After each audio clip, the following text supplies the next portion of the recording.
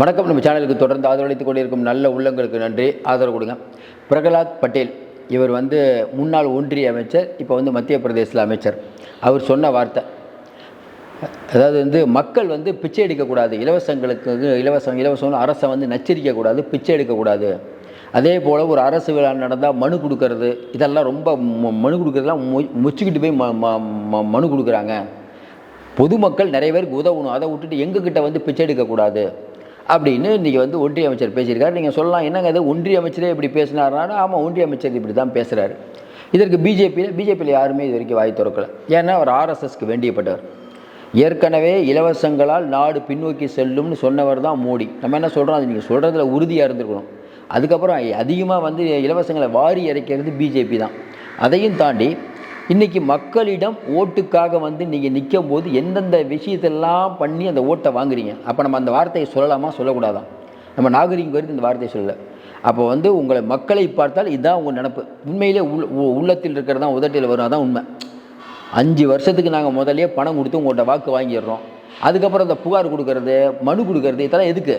நாங்கள் பாட்டுக்கு வருவோம், உட்காருவோம், பேசிட்டு போவோம். சும்மா பண்ணுறதை கேளுங்க. காசு கொடுத்தானே ஓட்டு வாங்குகிறோம்.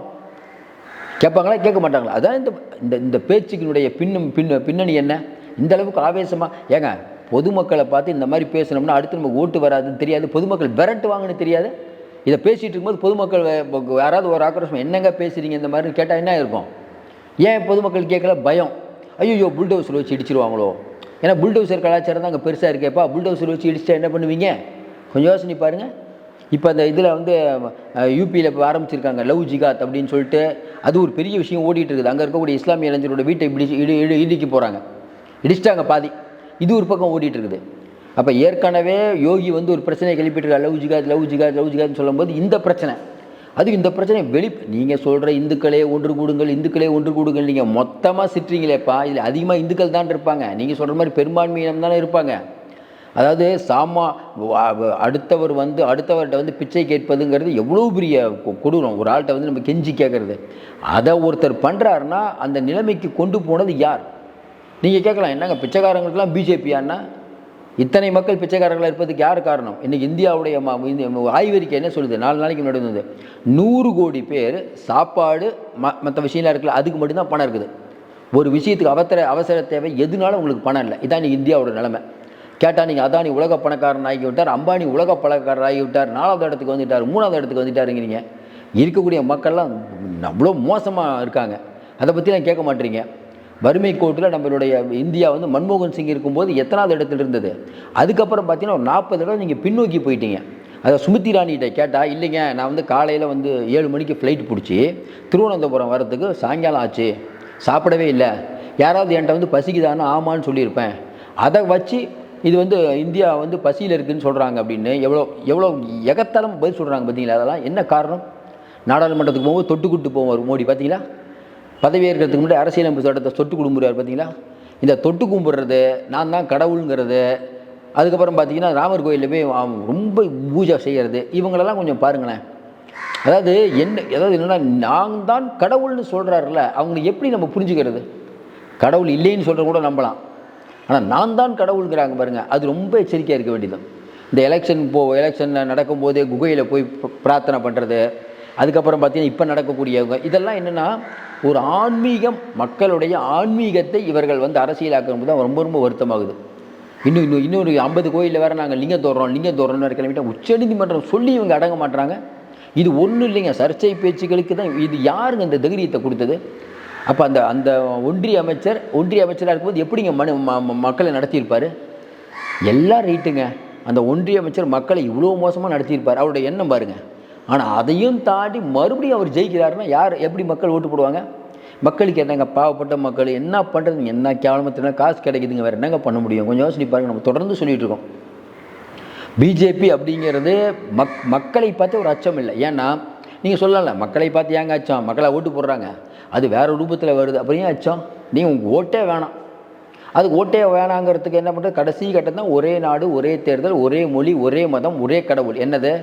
ஒன்ஸ் எலெக்ஷன் வைப்போம், நாங்களே எல்லா வேலையும் பண்ணிடுவோம், எப்போதும் போல் மோடி ஜெயிப்பார். அதுக்கு மோடியே இருக்கும்போது இன்னொரு எலெக்ஷன் எதுக்கு பேசுவாங்க சார்? நீங்கள் எழுதி வச்சுக்கோங்க. மோடி வந்து இவ்வளோ சூப்பராக இருக்கார். இன்னொரு எலெக்ஷன் எதுக்கு சார்? பிஜேபிங்கிற ஒரு கட்சி போதும். தேர்தல் ஆணையம் அப்படிங்கிறது எல்லா கட்சியும் அங்கீகாரத்தை ரத்து பண்ணுங்க. இனிமேல் இதே வேணாம். அப்புறம் பிஜேபி ஆள் வந்துடுவாங்க. ஆர்எஸ்எஸ்லேருந்து சொல்லுவாங்க ஒரு ஆள், அவங்கள நீங்கள் தேர்ந்தெடுத்துக்குவாங்க. முடிஞ்சதா? சாமியார்கள் ஒன்று கூடி ஒரு முடிவு பண்ணுவாங்க. இப்போ தான் சன்சத்துன்னு ஒரு கூட்டம் நடந்தது பாருங்கள். 8000 சாமியார்கள். என்ன அதாவது ராகுல் காந்தி, பிரியங்கா காந்தி 2 பேரும் குளிக்கலையாம். என்னங்க குளிக்கலையான்னு? ஆமாம், அந்த பிரகராஜ் அந்த கங்கை நிதியில் குளிக்கல. அவர்கள் வந்து இந்துக்களே இல்லை. இது சாமியார் பேச வேண்டிய பேச்சா? கொஞ்சம் யோசனை பாருங்கள். இந்த பக்கம் ஈஷா யோகா சாமியார் வந்து பயங்கரமாக ஆடுறாரு. ஆடல் பாடல் கொண்டாட்டம், ஆட்டம் பாட்டம் கொண்டாட்டம். மத்திய உள்துறை அமைச்சர் வராரு சார். என்ன சார் பண்ணுவீங்க நீங்கள்? ஏங்க அவர் மேலே நிறைய குற்றச்சாட்டு இருந்துட்டு போட்டோம். யார் கேட்டால்? ஒன்றுமே புரியலையே. ஆளுநர் இங்கே வந்து முசிறியில் இருக்கக்கூடிய கல்லூரி இப்போ தான் ஐடி ரைடு அங்கே போகிறாரு. யார் இந்த டிகிரியும் கொடுக்கறது?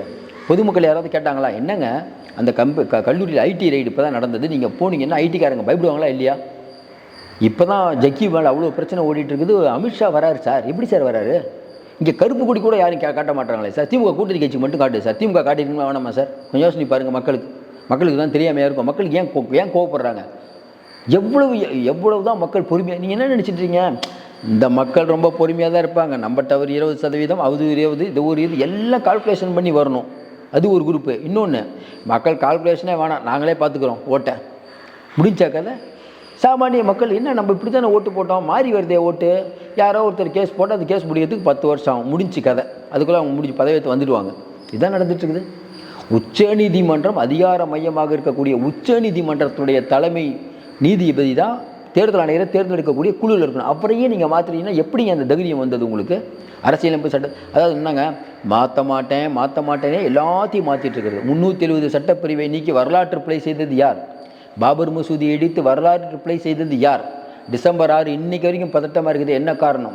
இது டிசம்பர் 6 நமக்கு பிரச்சனையாகுது. இன்னும் எத்தனை இடத்துல மசூதி நீங்கள் ஆரம்பிப்பீங்க? உச்சநீதிமன்றம் இப்படி வலுவான ஒரு கண்டனத்தை தெரிவிக்கல. ஒன்றும் வேணாங்க. எல்லாம் மக்கள் சொல்கிறாங்க, ரொம்பலாம் பேச வேணாம் சார்.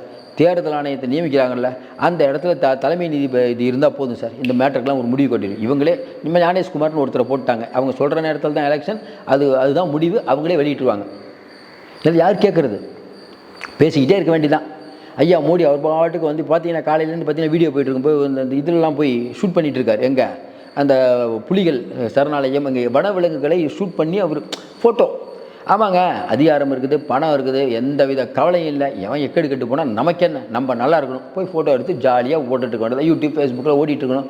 அதுக்கு நம்ம ஆளுங்க பாரத் மாதா கி ஜெய்னு கமெண்ட் போடுவாங்க. வேறு என்ன பேசுறது?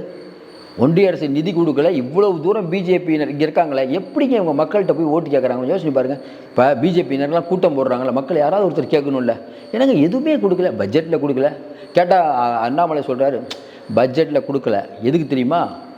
ஒவ்வொரு பட்ஜெட்லேயும் ஒவ்வொரு ஸ்டேட்டுக்கு முக்கியத்துவமா? எப்படி அபத்தமான பேச்சு? அப்படியா? இவங்க ஒரு பட்ஜெட்டுங்கிறது இந்தியா முழுக்க வைக்க போடணுங்க. அது எப்படி ஒவ்வொரு ஸ்டேட்டுக்கும் ஒரு பட்ஜெட் போடுவாங்க? இந்த தடவை பீகார் இருக்கான், 4 வருஷத்துக்கு முன்னாடி தமிழ்நாடு கொடுத்துட்டாங்களாம். சரி, 4 வருஷத்துக்கு முன்னாடி எங்கெங்கே கொடுத்தாங்க காட்டுங்கன்னா அதுக்கு பதில் இல்லை. அது யாரும் கேட்க மாட்டீங்க. கேட்டால் 20,000 புக்கு படிச்சாங்கிறாரு. ஒன்றுமே புரிய மாட்டேது. ஐஏஎஸ் ஐபிஎஸ் பெரிய பதவியெல்லாம் படித்து வந்திருக்காங்க, பெரிய ஆளுமையாக இருக்காங்க. இவங்கெல்லாம் வந்து நாட்டு மக்களுக்கு நல்லது பண்ணுவோம் தான் நினைக்கிறோம். சரி, நம்மளை வந்து ஏதோ ஒன்று பண்ண போகிறார் அப்படின்னா இப்படி இருந்தால் மக்கள் எப்படி பார்ப்பாங்க? இந்த அமைச்சருடைய பேச்சுக்கு என்ன காரணம்? மறுபடியும் பாருங்கள், மத்திய அரசு மத்திய பிரதேசத்தில் அடுத்து பிஜேபி தான் வரும். ஆமாம், அவங்க ரொம்ப தெளிவாக இருக்காங்க சார். நம்ம என்ன பண்ணாலும் நம்ம பார்த்துக்கலாம், கடைசி நேரத்தில் என்னென்ன பார்த்துக்கலாம். இருக்கவே இருக்குது ராமர் கோயில், கிருஷ்ணர் கோயில், இதை வச்சு கொஞ்சம் நாள் ஓட்டுவோம். அப்படி இல்லைன்னா தேர்தல் ஆணையம் இருக்குது பார்த்துக்கலான்ட்டு. பொதுமக்களாக பார்த்து திருந்தாவிட்டு சொல்லுவாங்கள்ல, திருடனாய். அது மாதிரி பொதுமக்கள் கண்டிப்பாக விழித்து கொள்ள வேண்டும். பிஜேபி இந்த மாதிரியான பிஜேபி பேச்சு எல்லா பிஜேபி பெரும்பாலானவங்கள்ட்ட இதாக இருக்குது. நமக்கு 10 வருஷம், அது இன்னொரு வருஷம், 3வது டைம் வந்துட்டேன் சார், இனிமேல் நம்மளை ஒன்றுமே பண்ண முடியாது சார். காங்கிரஸ் நொறுக்கி எடுக்கலாம் சார், அதுதான் நினைக்கிறாங்க. பேசுகிறதுனா பிஜேபி பற்றி பேசுகிறதுக்கு அவ்வளோ இருக்குது. பண மதிப்பிழப்பு நடவடிக்கையில் பண்ணி என்ன பெருசாக சாதிச்சிட்டாங்க? என்ன கள்ள ஓட்டை குறைச்சிட்டிங்க? நிறைய இடத்துல பிடிப்பட்டது. எப்படி பிடிப்பட்டது? ஈடின்னு எல்லாத்தையும் இப்போ மிரட்டிகிட்டு இருந்துங்க. ஈடியோட கேஸ்லாம் உச்சநீதிமன்றம் உயர்நீதிமன்றம் அடி வாங்குது. ஈடி ஒரு மரியாதையை கெடுத்துட்டார். உண்டா இல்லையா? அதனால் இன்றைக்கி இருக்கக்கூடிய சூழ்நிலை இந்த அமைச்சர் பேசுவது நமக்கு விசித்திரமாக தெரியவில்லை.